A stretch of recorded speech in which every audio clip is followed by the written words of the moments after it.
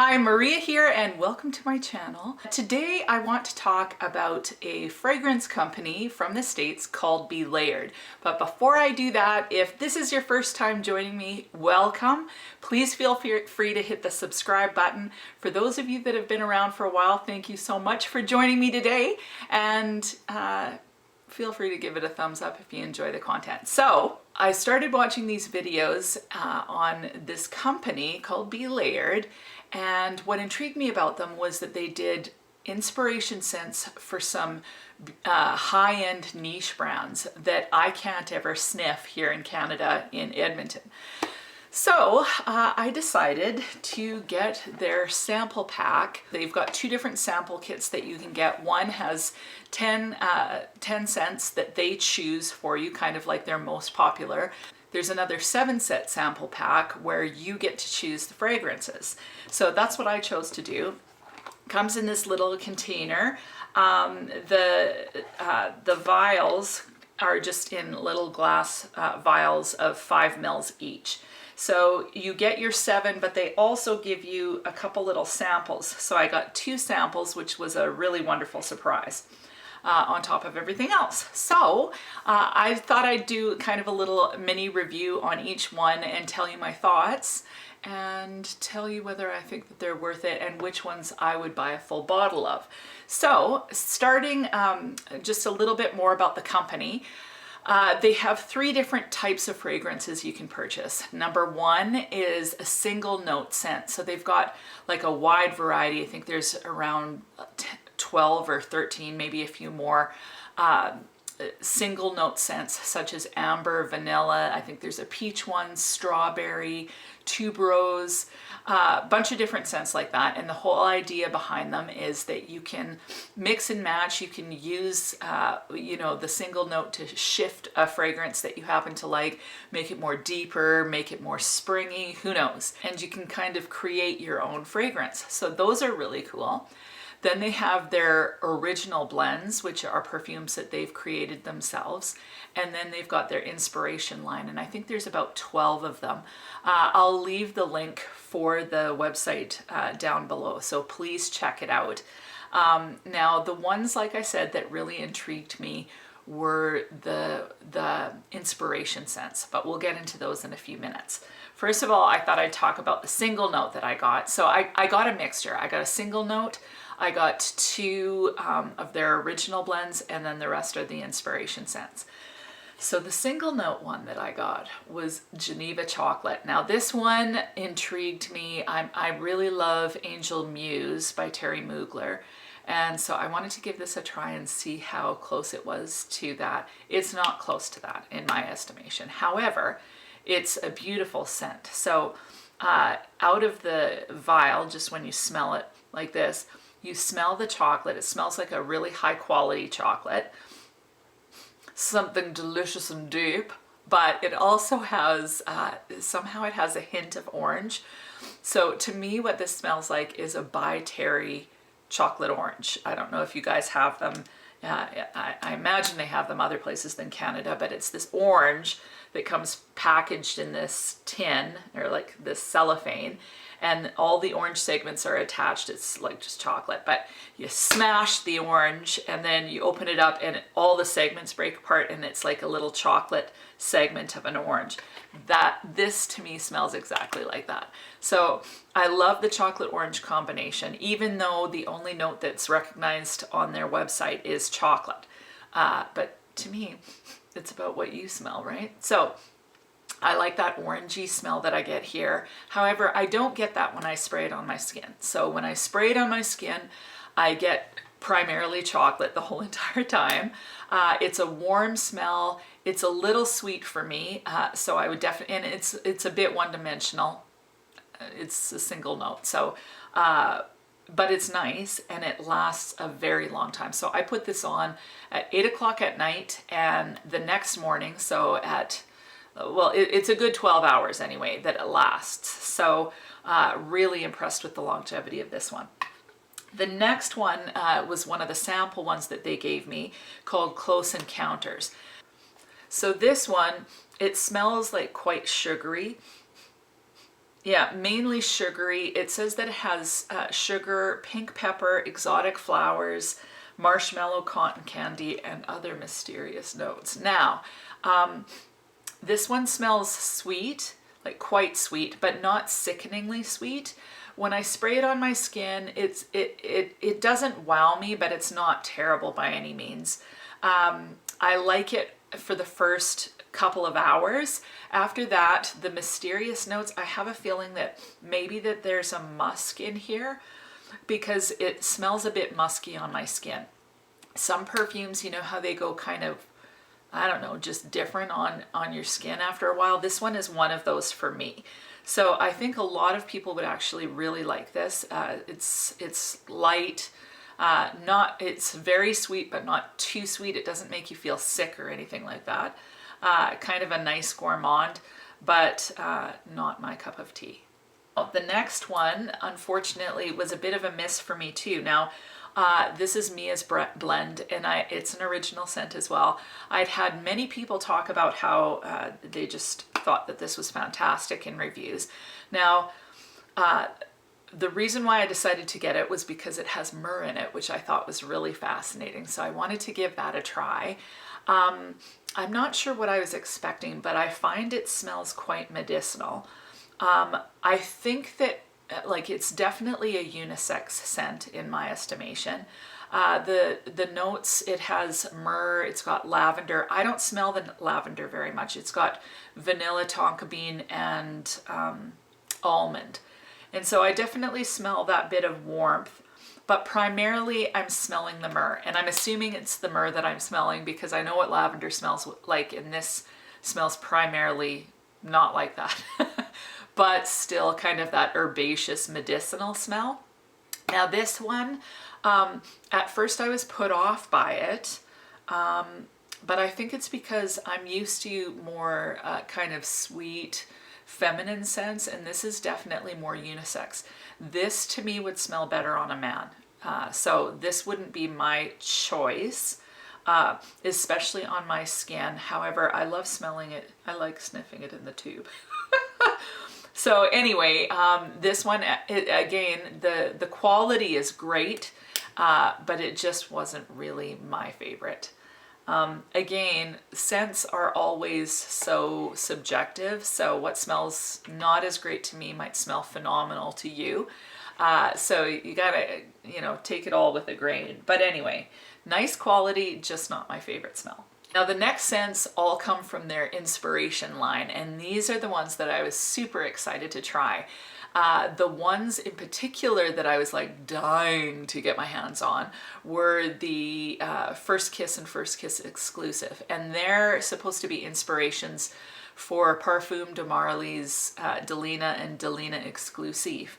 Now those are none of these had I ever smelled before. So Be Layered has like inspirations for Mon Guerlain, Carolina Herrera, Good Girl, Black Opium, different ones like that. Those I have smelled, the designer ones, but the niche ones I hadn't. So those are the ones I gravitated towards in this purchase. So Delina, everybody talks about it as this amazing perfume. Like it's practically like otherworldly as far as how much people seem to love it. So I thought, well, I can't smell it unless I like buy it, and that's pretty pricey when I don't know what it smells like. So I thought I'd give these a try, and people were saying that they were really close to perfect dupes for the Delina and Delina exclusive. So I have to say I love First Kiss and First Kiss exclusive. Both of them are beautiful. It smells to me like a big juicy flower that you can somehow eat. It's just, to me, it's just gorgeous. Like especially First Kiss. That's my first choice for sure. I love the smell, and I found like I'd sprayed it on myself. Now the only problem with First Kiss is it was the only container that was something was faulty with it. So if I press it, it just squeezes out. And I get it all over my hands. And what had happened is I got it on my leather bracelet, like kind of some of it got on there. And throughout the day, I'm like, what is that smell? what is that amazing smell? And I'm driving, and then all of a sudden I'm like, ew, I just love this. And it was a First Kiss. So I love the smell of it. If I were to describe these two, first of all, it has rhubarb and lychee in it, which is quite fascinating. So it's kind of a tart fruit. It's not a sweet fruit, although it is a sweet perfume. You definitely feel the roundness of the flowers and whatnot in there as well. First Kiss has a lot more ingredients than First Kiss Exclusive. First Kiss Exclusive smells similar, but if they were sisters, First Kiss would be like this extroverted, gorgeous beauty who walks into a room and everyone kind of just watches, and she's super bubbly and vivacious and just kind of out there and bold and maybe a little reckless. Whereas Exclusive is still just as beautiful, gorgeous sister, maybe the older sister? I don't know, maybe younger, a little bit more shy, a little bit more introverted, a little more demure, with a bit of a softer edge. Maybe that's cheesy, but that's how I would describe these two. So First Kiss, really bold, stays bold. You get that tartness, it stays for quite a while. First Kiss Exclusive, still you get the tartness of the fruit, you smell the flowers, but it's got a softer edge to it. So it smells a little bit more fuzzy in a sense. And that warmness from, like, I think it's from the amber likely, it just kind of subdues the scent and definitely stays warmer in the dry down, whereas Delina stays quite bright throughout the whole entire experience. So anyway, love those two, love them. The next one I got was Dolled Up, and it's a inspiration for YSL Supreme Bouquet. So this one, I absolutely didn't know what to expect. And I have to say that I love this one too. Like, I love this one. Like, more and more. The more I've smelt this one, the more I love it. So this one is a tuberose scent. To me, I smell the pear in it. And to me, this one is more of a white floral scent. So it's a little bit lighter. You definitely get the sweetness. To me, it smells a little bit tart, but in a different way than the First Kiss. What I love about this one is that it transforms as you're wearing it, and the dry down is just, it's just this really, it's more of a skin scent when it dries down, I think. Maybe I'm wrong, but it seems like that for me. And you know, when you sniff it on your skin, it just smells delicious. Like, it's got this sweet floral, again, I think it's the pear I'm smelling, but I love this one. Excellent longevity for it as well. Now, Sunshine Vibes is an inspiration for MYRHH's Sunshine Woman. This one I was interested in because I was wanting to try something with tobacco. Then one of the notes in this one is white tobacco. I had no idea what to expect, but from the Sunshine name, I just kind of assumed that it would smell kind of like citrusy. That's not what I'm getting in this. So when I smell it, like, it has osmanthus in it, and I've got another perfume that has osmanthus, and so I can definitely smell that in this. And so there's a little bit of a peachiness to it, and then there's a warmth. I think the warmth comes from the vanilla and the almond, maybe the tobacco. And when it dries, I put it on today, it's got a little bit of a sharper note to it, which I think would be the juniper. So a little bit of a harsher dry down rather than, you know, smelling those vanillas. I'd say the vanillas kind of come out more in the middle, whereas the dry down tends to be a little bit sharper and a little bit more herbaceous seemingly. This one I do like. I'm definitely going to use it up. I really do enjoy it, but I don't know if I would buy a full bottle of this one. So the next scent that I tried was Dark Temptation. Now this is a inspiration scent for Lancome's Oud Bouquet. Now, I'd heard a lot about Oud Bouquet, but I haven't been able to smell it anywhere because, as per usual in Edmonton, it's hard to come across any niche fragrances. But what I'd heard was that it was an oud rose scent primarily, but it was very sweet, had kind of a praline-ish type note that made it kind of gourmandy, but dark, sultry, sexy smell. So I thought I would try this. Now I had tried also Jo Malone's Oud and Velvet Rose, I believe it's called, and I really like the smell of that. So I thought, well, I want to try something oudy. So I gave Dark Temptation a try. Now, like on first sniff, you definitely smell that oud, you smell the rose, but it's not until way later, like I'd say 6 hours in, that I really get any sense of any, you know, gourmandy type note. Primarily, I just smell the oud and the rose, and more than the rose, definitely the oud. I find it to be quite a sultry, sexy, dark smell, and I do like it. But like I said, once it dries down, so many hours later, I smell kind of rose with a bit of sweet, so I'm assuming that's a bit of vanilla. Smells slightly chocolatey, like a chocolatey rose, which is really pretty. The last one is Cherry Delight. It's an inspiration scent for Tom Ford's Lost Cherry. So I've never been huge on the cherry notes. Like cherry notes, you know, in the past, I'm like, smells a little bit like cough syrup. But and when I first got this one, I'm like, it's cherry. And I just kind of discounted it until I went to Sephora and I tried Tom Ford's Lost Cherry. And well, first of all, my sister tried it, and she, like, I kept on saying, can I smell your wrist? And I loved the smell. I loved, it was kind of a dark cherry with this liqueur in it, and it was just kind of a little bit smoky, and I just loved it. This one on first sniff, it's a brighter cherry. So the Tom Ford one seems a little bit darker, and I don't have a sample. I'm just going off of memory, but the Tom Ford one seemed darker off the bat. This one's a little brighter. In the dry down, it gets to be that darker, a little bit smoky, a little bit more rich, a little bit more cherry liqueur-like.